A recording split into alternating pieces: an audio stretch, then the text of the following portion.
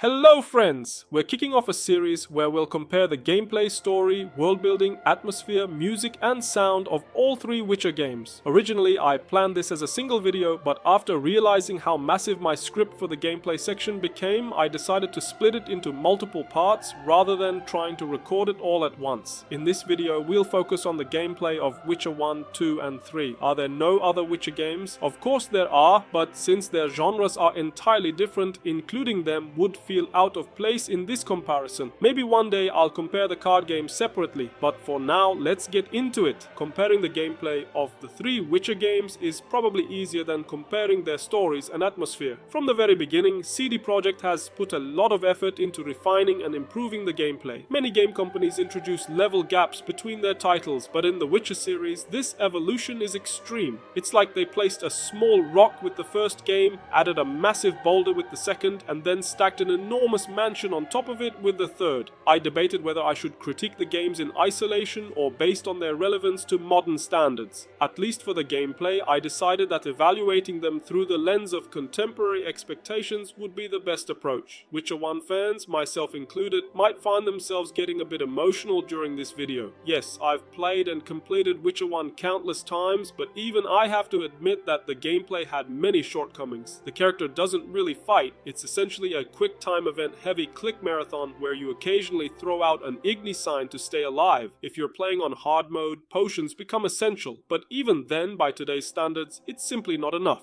The skill tree is another bizarre aspect. Older RPGs often had large skill trees with many passive skills that could feel overwhelming at first but became enjoyable once you got used to them. But with Witcher 1, it felt unnecessarily complex, like playing Path of Exile. What were we supposed to do with such a convoluted skill tree? If they simplified it, made it more intuitive, and added more active abilities, which I assume they'll do in the remake, we'd finally see some major gameplay improvements. In Witcher 2, the combat mechanics were refined. At least the fights were no longer dictated by quick time events, and Geralt felt more under our control. The sheer joy of being able to swing a sword freely is hard to describe. Strangely enough, I actually prefer Witcher 2's sword combat over Witcher 3's. When I first transitioned from 2 to 3, I thought Wild Hunt was superior, but when I went back to 2, I realized it felt more satisfying, if not for the added flourishes in Witcher 3's combat, such as Geralt adjusting his fighting style based on armor. Witcher 2 might have had the better system, but these fine details are what make Witcher 3 superior. However, both Witcher 2 and 3 suffer from poorly structured skill trees and lackluster ability distribution.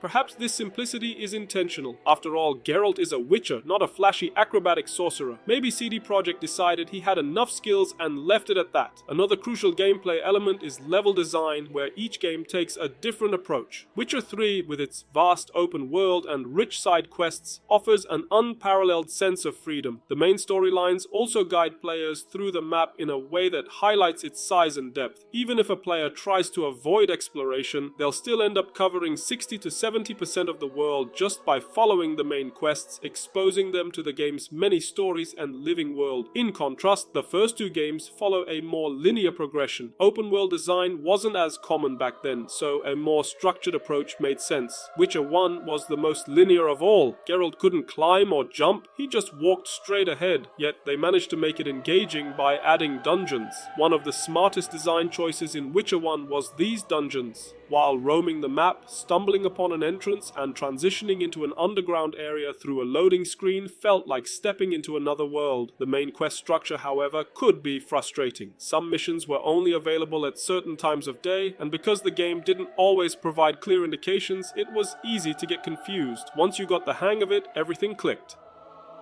Witcher 2 continued this approach but tried to simulate an open world feel, especially through its side quests. Unlike Witcher 3, if you only followed the main quests in Witcher 2, you'd miss out on a significant portion of the map. The same applies to Witcher 1, which is why I think Witcher 3 is far ahead in this regard. Now let's talk about armor, weapons and their use. Witcher 1 was a disaster in this area. You could argue that Geralt doesn't frequently change swords or armor in the lore, which is fine, but from a gameplay perspective, who cares about lore? Give us cool armor armor and let us equip powerful swords. What does Witcher 1 give us? Potatoes. Seriously, Geralt barely changes armor throughout the entire game. Sure, you can switch weapons, but they hardly feel different. This was a huge disappointment. Witcher 2 slightly improved on this, but still didn't focus much on equipment variety. Then Witcher 3 arrived, and everything changed. Dozens of armor sets, stylish outfits, uniquely designed swords, the variety is incredible. You can even play through the game with entirely different fashion choices each time. More importantly, these weren't just cosmetic changes. CD Projekt included Witcher School armor sets that actually affected gameplay. But they didn't stop there. Instead of simply letting us buy these from a merchant, they created full-fledged quests with compelling backstories for each set. Every piece of armor comes with an interesting tale. Even minor weapons like the Erendite or the Caretaker's shovel have fascinating lore behind them. This level of depth is rare in other games. Sure, some games try to include item-related stories, but they often feel randomly generated. Meanwhile, in Witcher, even the armor worn by vampires has a detailed history. Now, some might say that Witcher 3 is weak in ranged combat, and yes it is, but they probably justified this by sticking to the lore.